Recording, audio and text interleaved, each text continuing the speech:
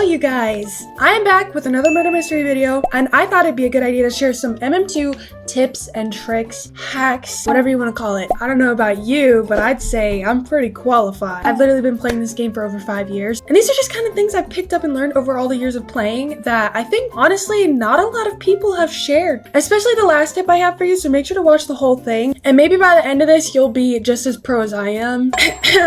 Yeah. By the way, if you like this outfit, it is in my brand new Roblox game called Sleepy Catalog. It'll be linked in the description. I have a whole bunch of rows with different styles, so there's bound to be something in that game that you really like, so make sure to go check it out. Let's go ahead and move on to these tips. Now, this first tip, I honestly have never even done myself. I've just seen other people do it, and I thought, like, why have I never done that before? The trick is, when you're murder, you have to put on an effect that has a death effect. So when you kill someone, it'll either make a sound or have, like, a death effect on their body, and when the round starts, change it. So let's say I got murder, I have this effect on right now, and then when the round starts, I change it. So when I kill people like that, this will be on their body, but no one will be able to suspect it's me because I have a different effect on, right? Kind of just hides the fact that you're murder. When you kill someone and then someone sees the death effect on that body, they're gonna look for someone with that effect, but they're not gonna think it's you because you changed it. I'm probably explaining this so bad. This has worked on me so many times where the murder has a death effect and I thought it was someone else. Okay, I'll wait until I get murdered to show you guys an example of what I'm talking about. So I put on Night Sky, but now I'm gonna change it to Ghostly. His body,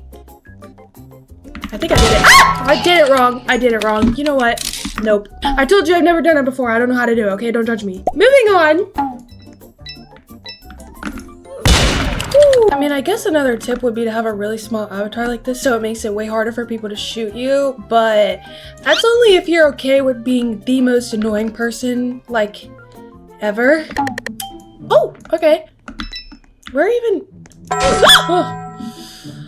That scared me so bad. The next tip is also for murder. Listen. Do not spam jump. Stay with me here, okay? Over the years, spam jumping has gotten so normalized that now people are sheriff. They will predict where you're going to land. Try to understand. It is way more confusing for you to run in kind of like a squiggly line and sometimes jump than to just hop.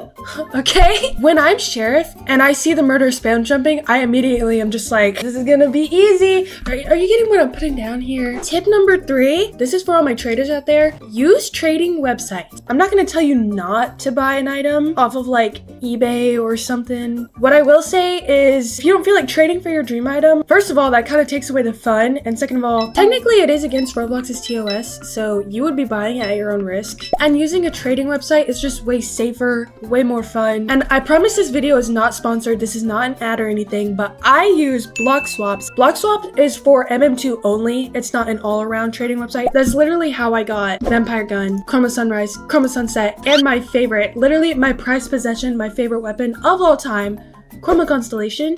But yeah, I promise this is not a sponsorship. This is not an ad. I genuinely am just like shouting out their website because I use it and I really like it. And it's just a really good way to level up your inventory. This next one's a little bit more on the basic side, but it is really useful. And I do this a lot, especially because I get targeted 24/7. So the round's gonna start. Instead of being up in this open spot, I'm gonna go even just like right here.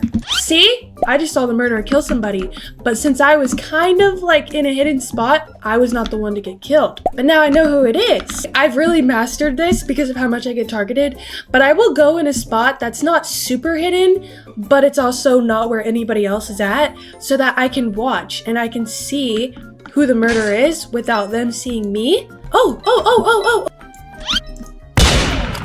Somehow this outfit is not only amazing, but these weapons and then this effect match it perfectly. I'm gonna die first.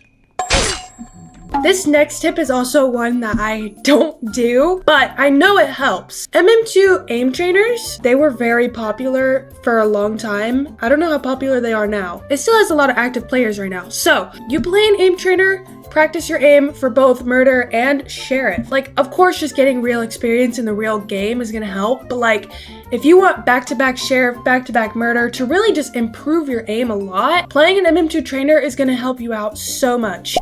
Oh!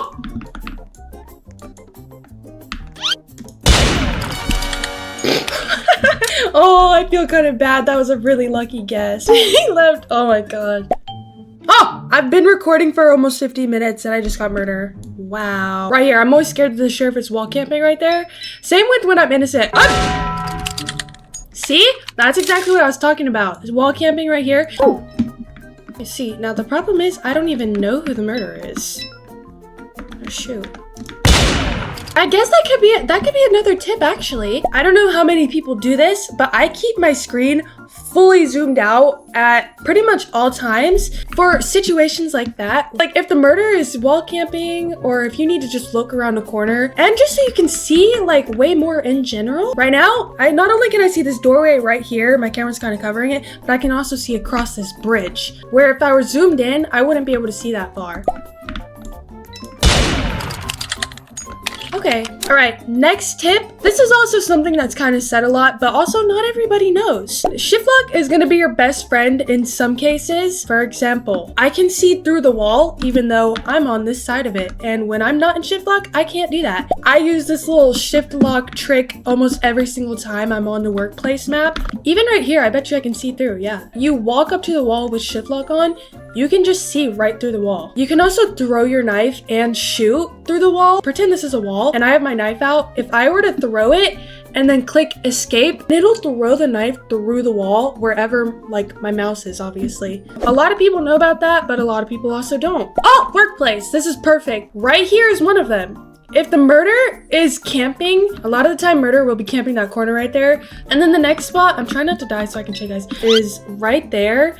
I will go up to this wall right here to see if they are wall camping again, right there, because that is such a common spot for the murderer to camp. They see the murderer. Is it you? I'm not trying to get like killed first here.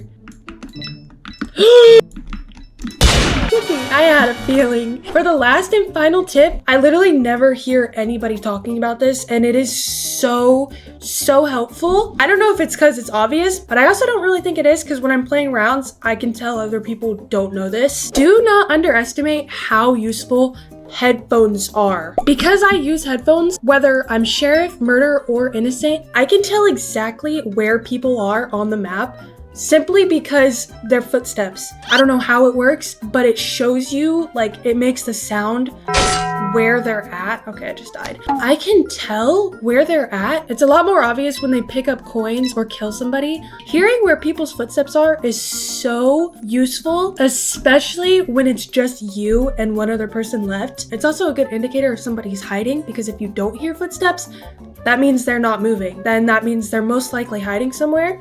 I use this every single round. When you have your volume up, you can hear exactly where people are at because of their footsteps. Wearing headphones, it's very basic, but for mobile users or iPad users, like wearing headphones will do you so good. That's gonna be it for this video. Let me know how many of these tips you either knew or already do, and let me know if any of these are actually helpful for you. Anyways, that is all the time I have for this video, so I'm gonna go and I will see you guys next week. Bye!